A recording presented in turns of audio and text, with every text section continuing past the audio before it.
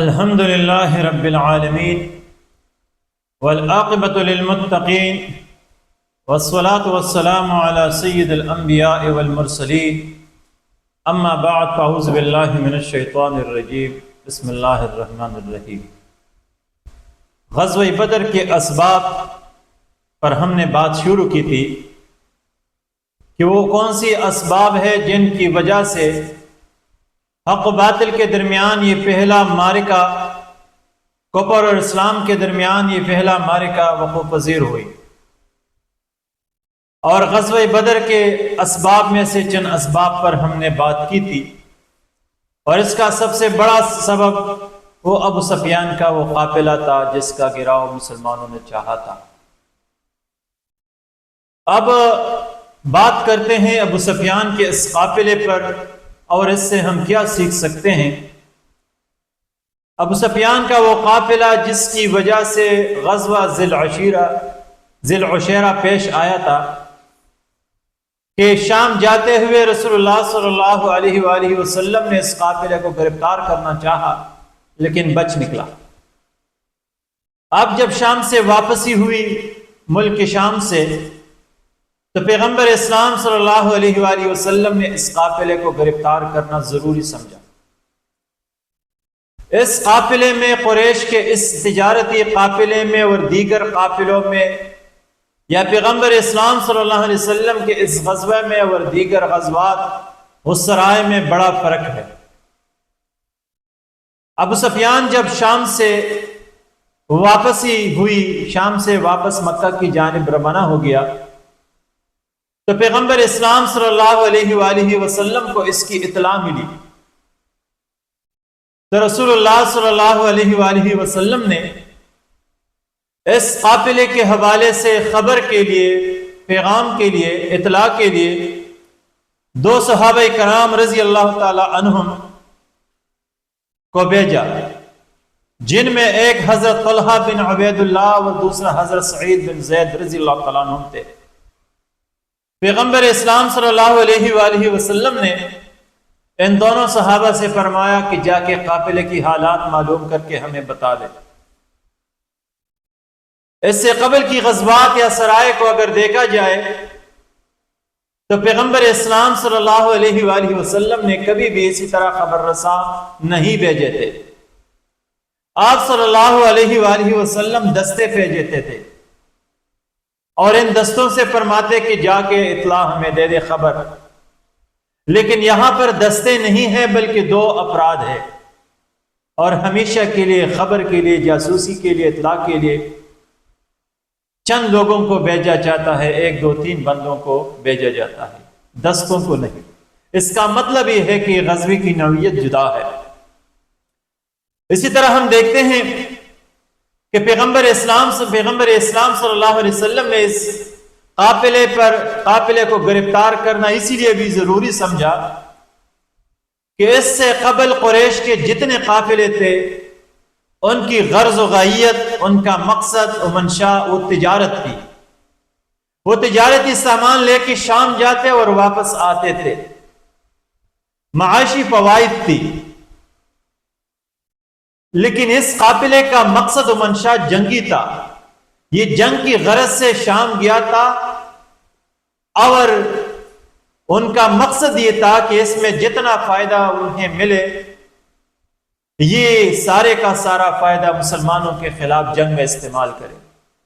غرض یہ ایک جنگی قافلہ تھا، اسی وجہ سے چونکہ اس کی نوعیت جدا تھی تو پیغمبر اسلام صلی اللہ علیہ وسلم نے اس کا پکڑنا ضروری سمجھا۔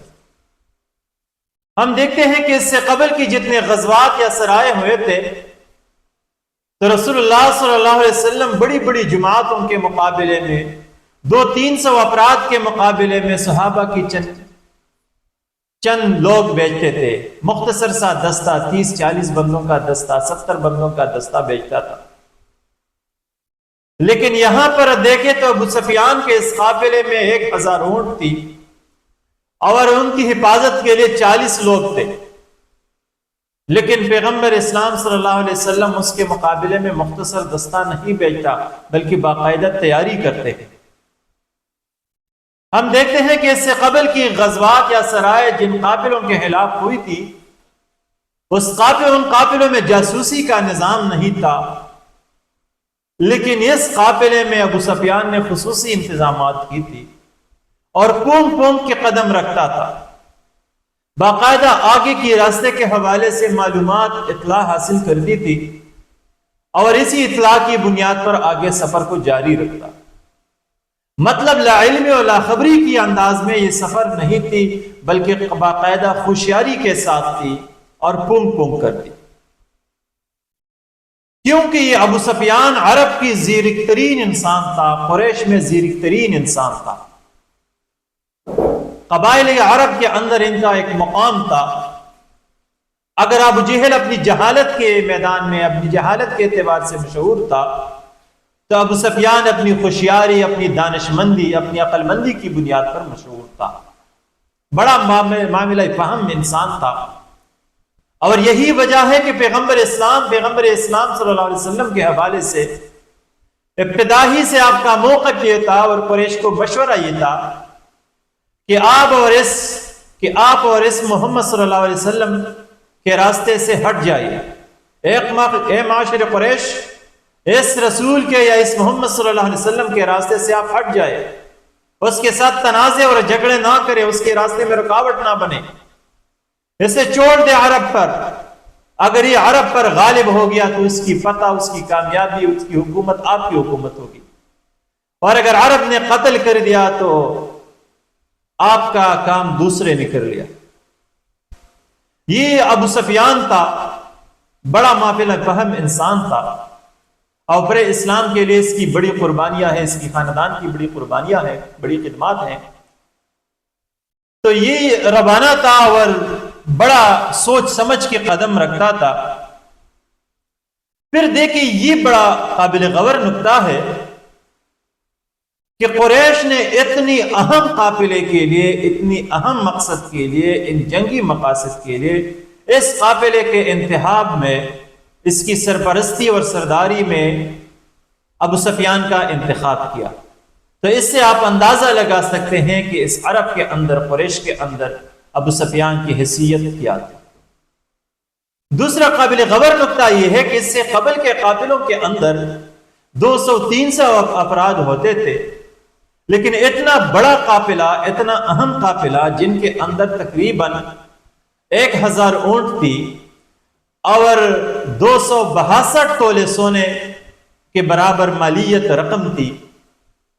اتنے اہم قافلے کے لیے محض 40 لوگ تھے۔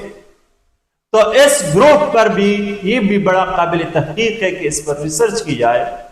کہ یہ غیر لوگ نہیں تھے یہ 40، بلکہ چنے ہوئے لوگ تھے۔ تو اس میں عصر حاضر کے لیے رہنمائی یہ ہے کہ کسی مقصد اور مہم کے لیے ہجوم کی بجائے، بھیڑ کی بجائے، کوپیوں کی بجائے افراد کا انتخاب کیا جائے۔ جس طرح قیادت کے لیے ابو سفیان کا انتخاب کیا گیا تھا، اسی طرح قافلے کی حفاظت کے لیے 40 گنے چنے لوگوں کا انتخاب کیا تھا۔ اس کی مثال اس طرح ہے کہ عصر حاضر میں ایک طرف اگر عام فوجی ہے، عام سپاہی ہے، اور دوسری طرف کمانڈوز ہے، SSG کمانڈوز ہے، تو دونوں کے مہارت میں، دونوں کی کردار کارگزاری میں، دونوں کی جنگ میں، دونوں کی حفاظت میں بڑا فرق ہے۔ تو یہ ایک قسم کے عرب کے، قریش کے SSG کمانڈوز تھے اس قافلے کے اندر، بڑے تجربہ کار لوگ تھے اس کے اندر۔ اور ایک بڑا نقطہ اس کے اندر یہ ہے کہ ہمارے ہاں افسر اور بڑے لوگوں کی حفاظت کے لیے بڑی ہجوم اکٹھی کی جاتی ہے، اہل لوگوں کو جو اپنی حفاظت بھی کر سکتی ہے اور قوم کی بھی، ان کو نہیں لاتے۔ یہاں پر ابو سفیان اپنی بھی حفاظت کرتے ہیں اور قافلے کا بھی حفاظت کرتا ہے۔ تو مسئلہ یہ ہے کہ اہم لوگوں کے لیے اہم لوگوں کا انتخاب کیا جائے، تجربہ کار لوگوں کا انتخاب کیا جائے، اور بھیڑ اکٹھی کرنے کی بجائے، حفاظتی بڑی بڑے دستوں کو اکٹھے کرنے کی بجائے چند گنے چنے تجربہ کار لوگوں کو اکٹھا کیا جائے تو معاملہ آسانی سے حل ہو سکتا ہے، مقاصد آسانی سے حاصل ہو سکتے ہیں۔ کیونکہ بھیڑ یا ہجوم یا کھوپڑیوں کی کثرت لوگوں کا توجہ تو حاصل کر سکتی ہے، لیکن اپنے مقاصد حاصل نہیں کر سکتے۔ چند لوگ اگرچہ لوگوں کا توجہ حاصل نہیں کریں گے لیکن اپنی مقاصد میں آسانی کے ساتھ یہ کامیاب ہو سکتے ہیں۔ ابو سفیان کے اس قافلے میں اس کا امیر میری کارواں بھی تجربہ کار اور جو گنے چنے لوگ تھے وہ بھی تجربہ کار تھے۔ اور دوسری طرف ہم دیکھتے ہیں کہ یہ کمزور لوگوں کا شیوا ہے جو بھیڑ پر اعتماد رکھتے ہیں، جو کوپڑیوں کی کثرت پر اعتماد رکھتے ہیں۔ ہوشیار لوگ چند لوگوں کو اکٹھا کرتے ہیں۔ اسی طرح ہم دیکھتے ہیں پیغمبر اسلام صلی اللہ علیہ وسلم کی پالیسی کو دوسری جانب، کہ اس سے قبل رسول اللہ صلی اللہ علیہ وسلم ڈائریکٹ دستوں کو بیچتے تھے، دستوں کو روانہ کرتے، ان کو حکم دیتے کہ جا کے اطلاع دے دیں۔ لیکن یہاں پہ باقاعدہ نفیر عام ہوتی ہے، باقاعدہ مدینے کے اندر اعلان ہوتی ہے کہ اے لوگوں، قریش کے قافلے کو روکنا ہے، ان کے اندر مال غنیمت ہے، بڑا مال و سامان ہے، جو جانا چاہے وہ جا سکتے ہیں ہمارے ساتھ۔ اب اس اعلان کے اندر بڑی قابل تحقیق ہے کہ اس کے غرض و غائیت اور منشا پر اگر تحقیق کی جائے اس سے بڑی باتیں نکلتی ہے۔ مثال کے طور پہ رسول اللہ صلی اللہ علیہ وسلم نے مدینے کے اندر اعلان کی، چپکے سے روانہ نہ ہوا۔ عصر حاضر کے جو دلال ہوتے ہیں، عصر حاضر کے جو دلالی لیڈر ہوتے ہیں، ان کے طریقے واردات یہ ہے کہ جب فائدے کی بات آتی ہے تو چپکے سے جا کے اپنوں کو نوازتے ہیں، اپنوں کو لے جاتے ہیں، اقربا کو لے جاتے ہیں، ورکر کو حالی میدان پہ چھوڑ دیتے ہیں۔ لیکن جب قربانی کا وقت آتا ہے تو پھر ورکر کو دعوت دیتے ہیں، اعلان کرتے ہیں کہ جی اب خون دینے کا، پسینہ دینے کا، وقت دینے کا، جان دینے کا موقع آ چکا ہے، تو پھر ورکر کو آگے کرتے ہیں۔ یہاں پر بات اگر فائدے کی ہے تو رسول اللہ صلی اللہ علیہ وسلم نے فرمایا کہ جو جانا چاہیے، یعنی پورے مدینے کو دعوت دی گئی تاکہ کل کوئی یہ نہ کہے نعوذ باللہ منہا کہ قافلے میں بڑا ساز و سامان تھا، مال غنیمت تھی، تو رسول اللہ صلی اللہ علیہ وسلم نے اپنے گنے چنے لوگوں کو اپنے ساتھ لے لیا، بلکہ یہ سب کو دعوت دی کہ اس میں شریک ہو جائے۔ اب بڑی اور دوسری طرف اگر آپ دیکھیں کہ دیگر غزوات میں اعلان عام باقاعدہ اعلان نہیں ہوتی تھی مدینے کے اندر، بلکہ رسول اللہ صلی اللہ علیہ وسلم وفد کو، دستے کو بیچتے، کیونکہ ان کا مقصد جنگ نہ تھا، ان کا مقصد مالی غنیمت کو اکٹھا کرنا نہ تھا، ان کا مقصد قیدی کو بنانا نہیں تھا، بلکہ ان کے غزوات میں یا ان سرائے میں دستوں کے بھیجنے کے مقاصد وہ تھی خبر دینا، اطلاع دینا، معلومات کرنا۔ لیکن یہاں پر چونکہ بات حملے کی تھی تو اللہ کے رسول نے باقاعدہ اعلان کر دی۔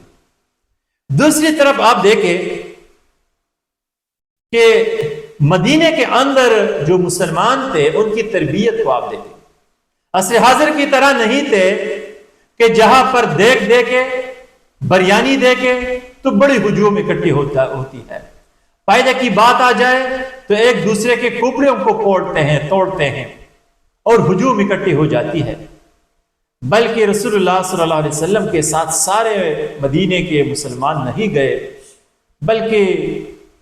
بعض مسلمان مدینے کے اندر رہے اور بعض اس کے ساتھ چلے گئے۔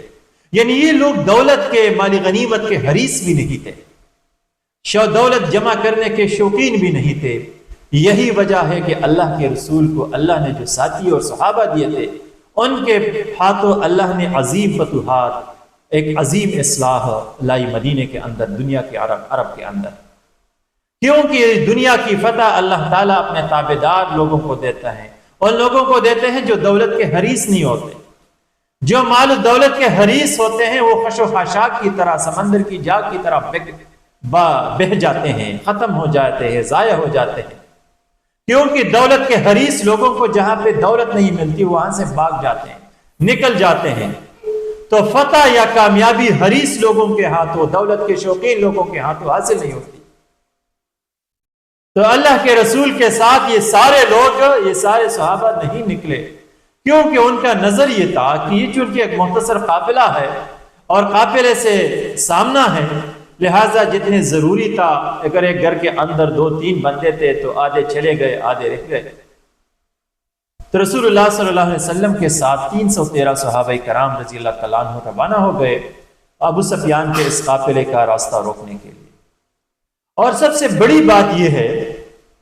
کہ اللہ کے رسول کی اس پالیسی کو آپ دیکھیں، پھر ابو سفیان کے اقدامات کو آپ دیکھیں، تو ایک ہوشیار، ایک دانا، ایک قابل لیڈر کی پہچان یہ ہے کہ وہ حریف کے ہر قدم کا اندازہ کر سکے، کہ وہ قدم جانے کہ تجارت کی ہے، یہ جاسوسی کی ہے، یہ جنگ کی ہے۔ جب تک آپ کو حریف کی سوچ، ان کی فکر، ان کے عزائم، ان کے مقاصد، ان کے اقدامات کا پتہ نہ ہو تو آپ کامیاب نہیں ہو سکتے۔ تو یہاں پہ دیکھیں رسول اللہ صلی اللہ علیہ وسلم کی دانش مندی کو، تو اس سے یہ بات سامنے آ جاتی ہے کہ آپ کے اقدامات ایک دانا، ایک قابل لیڈر کی پہچان تھی۔ ابو سفیان کو آپ دیکھیں تو آپ کو عرب کی دانش مندی، عقل مندی اور ہوشیاری کا پتہ چل جائے گا کہ یہ کتنے دانا اور ہوشیار لوگ تھے۔ اب ہم اس سے مزید کیا سیکھ سکتے ہیں اس غزوے سے؟ آنے والے لیکچر میں اس پر تفصیل سے بات ہوگی انشاءاللہ۔ رب کائنات سے دعا ہے کہ ہمیں سیرت النبی صلی اللہ علیہ وسلم کو سمجھنے کی توفیق عطا فرمائے۔ وآخر دعوانا ان الحمدللہ رب العالمین۔